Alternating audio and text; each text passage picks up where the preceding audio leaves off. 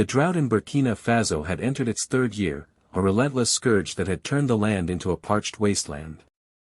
Villagers, desperate for survival, abandoned their homes, streaming toward urban centers or massing at the borders, hoping for refuge.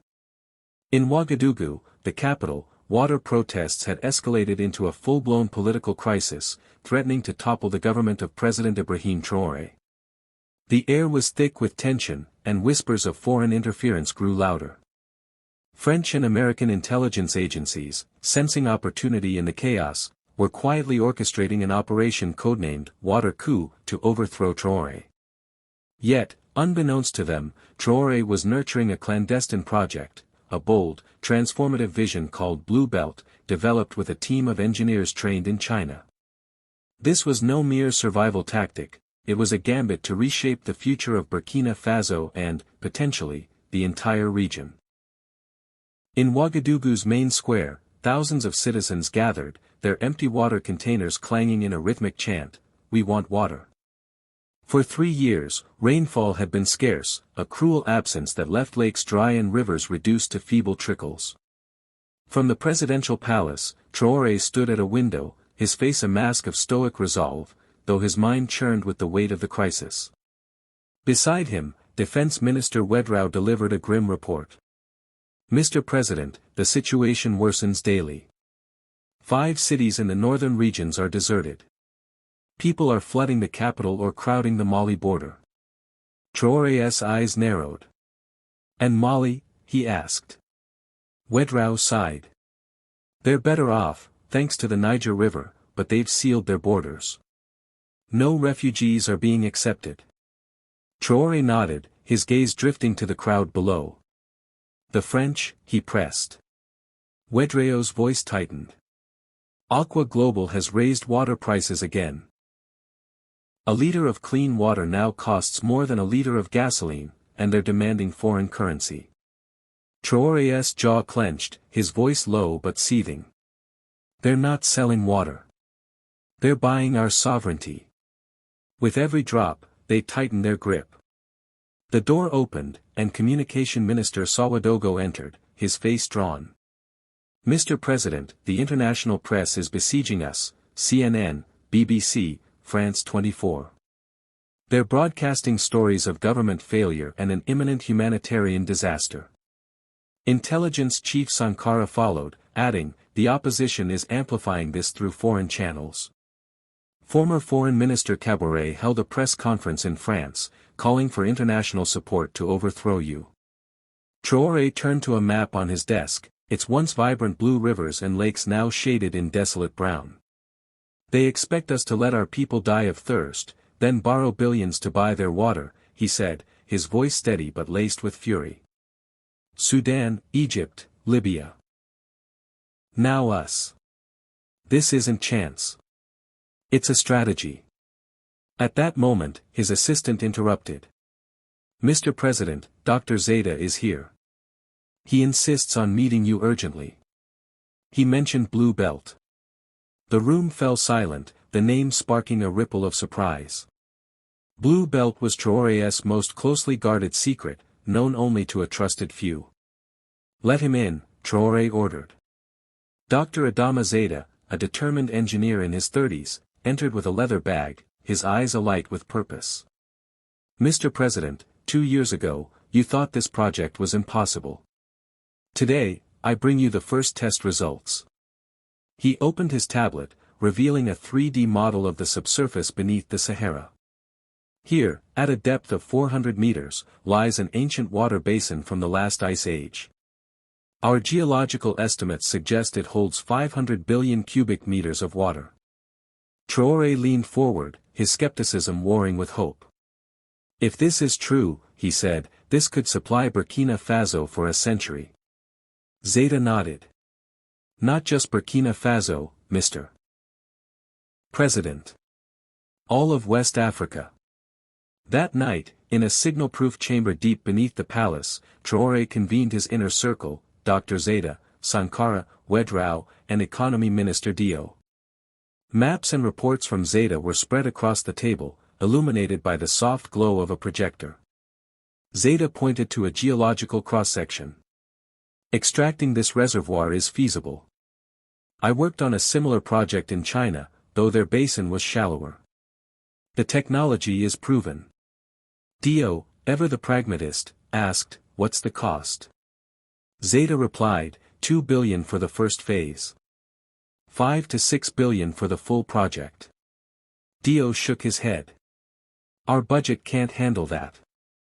The IMF and World Bank are already strangling us with debt. Wedrao suggested, the Chinese. Sankara countered, they'd face backlash from France in this trade war climate. They won't risk it. Traoré studied the map, the vast basin stretching beneath Burkina Faso's northern deserts and into Mali. We can't do this alone, he said. Not just financially, but politically. The West will sabotage it. Zeta, puzzled, asked, why? This is water, people's survival. Traoré's smile was bitter. If Africa controls its water, the West loses its greatest leverage. Water is the new oil. Scarcity is their weapon. Sankara's voice was grim. The people are furious, Mr. President. French agents are stoking unrest. A coup is inevitable. Traoré's eyes hardened. We start Blue Belt. But not alone. We form an alliance, Niger, Chad, Mali, Senegal. They all face water scarcity and Western control. The room absorbed the audacity of his proposal. This was no mere engineering feat, it was a regional revolution. We proceed in stages, Traoré continued. Technical collaboration, financial planning, then a summit of leaders.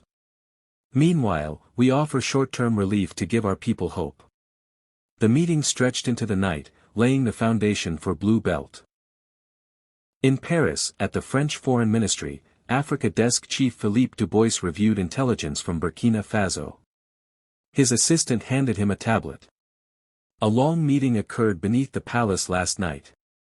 A signal blocker prevented us from intercepting details, but we know who attended. Dubois scanned the list, pausing at Dr. Zeta's name. Geologist and water engineer, the assistant noted.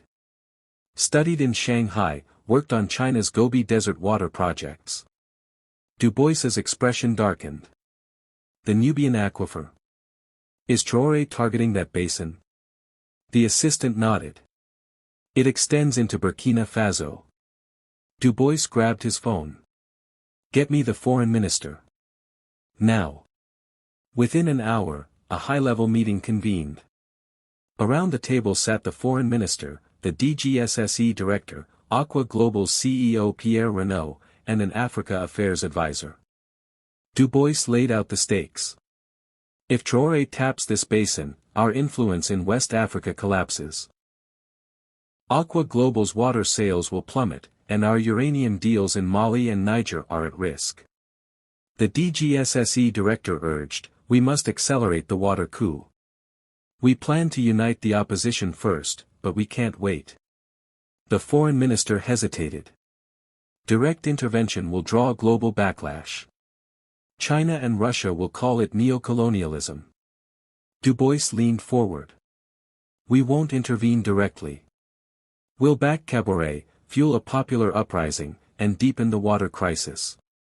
Renaud added, Aqua Global can cut water supplies, citing technical issues.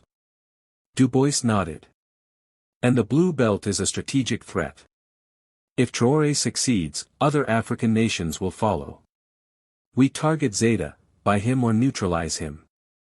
The meeting ended with a plan to destabilize Burkina Faso. 2 weeks later, at a secret military base 300 kilometers from Ouagadougou, Traoré and Zeta briefed engineers and geologists from 5 countries. A massive map of the Sahara's water basin dominated the room. This basin crosses our borders, Traoré said. So must our solution. A Malian engineer raised concerns about funding. Traoré responded, West Africa spends $10 billion annually on water imports, enriching Western companies. Blue Belt could pay for itself in 5 years. The group outlined a phased approach, country-specific research, joint technical teams, and financing from BRICS or the African Development Bank. Traoré closed the meeting with a rallying cry: "Today, we take a historic step to change Africa's destiny. Water is life, and we're reclaiming it." Sankara burst in, his face taut. "Mr. President, protests have erupted in the capital. There's violence, and Dr. Zaida's home was attacked." Zaida paled. "My family?" "Safe," Sankara assured him. "Our guards intervened, but the house was burned." Traoré recognized the tactic, classic destabilization. "End the meeting," he ordered. "Zaida, you'll relocate to our secure base at the Mali border. You're too valuable." As they flew back to Ouagadougou, flames lit the horizon below, government buildings ablaze, crowds clashing in the streets. In the palace's command center, Ouadraogo reported, 2 brigade commanders have defected. Northern troops are advancing on the city, but the western garrison remains loyal. Traoré's presidential guard affirmed their allegiance. Studying the tactical map, he made a daring choice. "I'll address the nation. Prepare a live broadcast." Sankara protested, "You'll expose your location." Traoré was resolute. "The people need the truth." An hour later, Traoré appeared on national television, clad in full military uniform. "My dear citizens, foreign powers are orchestrating a coup to seize our most precious resource, water. We've discovered a vast water basin beneath the Sahara, enough to free West Africa from scarcity. This is why we're under attack." He displayed the map, detailing Blue Belt's promise and accusing Aqua Global and its backers. "Foreign agents have infiltrated our army, but most of our soldiers are patriots. I call on them, do not fire on your people. Stand for Burkina Faso's future." As Traoré spoke, General Bamoro's troops closed in on the palace. Yet his words ignited a firestorm on social media, with #BlueBelt trending globally. Citizens rallied, chanting, "Our water is ours." Some soldiers lowered their weapons, refusing illegal orders. By dawn, the coup collapsed. Bamoro and his ally Colonel Dop were arrested, their forces surrendering or scattering. 3 months later, a historic ceremony marked the start of Blue Belt's first drilling in northern Burkina Faso. Leaders and engineers from Mali, Niger, Chad, and Senegal joined Traoré on a platform adorned with their nation's flags. Today, Traoré declared, "We open a new chapter in Africa's independence. Water is life, and we control our own." Mali's president echoed him, "For too long, our resources, oil, gold, diamonds, and now water, have been plundered. Blue Belt is our manifesto of freedom." Zaida outlined the plan, drilling to 400 meters, followed by pumps and pipelines, with completion in 5 years. Traoré activated the first drill to thunderous applause. After the ceremony, Traoré and Zaida surveyed the site. "Will we succeed?" Traoré asked. Zaida smiled. "Technically, it's possible. The people support us, and the region is united. But the West will retaliate." Traoré nodded. "Africa's fight for independence has never been easy. But now, we have knowledge, technology, and unity." 6 months later, the first drill struck the basin at 412 meters. The water, 10,000 years old, was potable without treatment, its mineral balance ideal. Initial pumps delivered small volumes, enough to supply nearby settlements.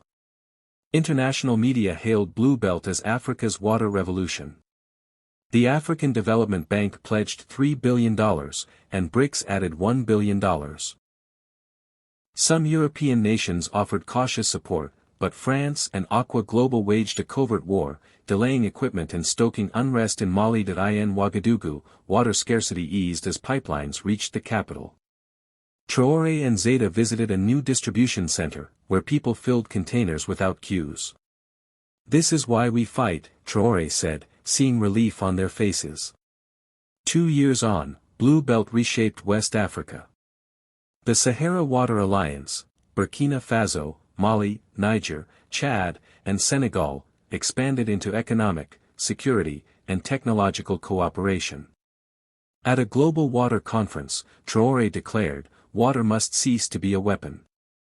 Blue Belt proves it's humanity's common heritage. In a video summit, Traoré outlined Phase 2, scaling to 10 million cubic meters daily, enough for the region's needs. Mali's president asked about Phase 3. Irrigation, Traoré replied. "We'll transform desert edges into farmland, tripling food production." Niger's leader voiced concerns about Western interference, citing a recent coup attempt in Nigeria. Traoré agreed, if Nigeria joins, the region's power shifts. They'll try to stop it. By the 5th year, Blue Belt operated at full capacity, supplying all 5 nations. Water scarcity was nearly eradicated. At the main pumping station, Traoré and Zeta marveled at the transformation. Giant pumps, powered 80% by solar energy, delivered millions of cubic meters daily. Nanotechnology filters cut energy use by 30%. A small city had sprung up around the station, home to engineers and workers. Traoré gazed at the screens in the control room, monitoring every pump and pipeline. 5 years ago, this was desert, he said. Now, it's Africa's greatest engineering marvel.